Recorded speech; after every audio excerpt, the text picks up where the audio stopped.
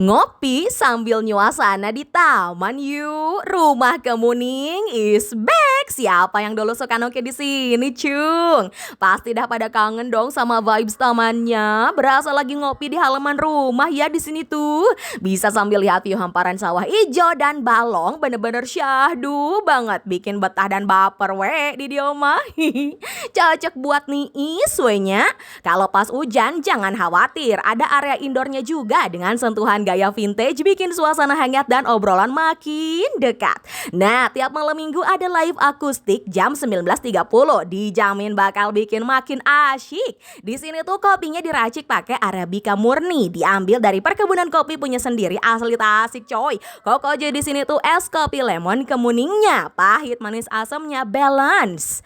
Kalau pengen yang creamy bisa nyeruput es kosu Kemuning. Pengen yang segar-segar ada es jeli markisa yang manis asam pakai topping nata de coco dan selasi juga coy. Pengen makan kenyang wajib cobain paket sei sapinya. Daging seinya diasapi pakai kayu bakar apel.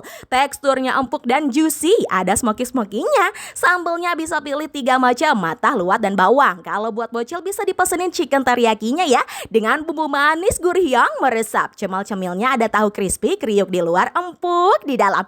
Buat penutupnya ada pisang keju nih. Pisangnya gede, parutan kejunya banyak. Oi, hayu ngadem di rumah Kemuning.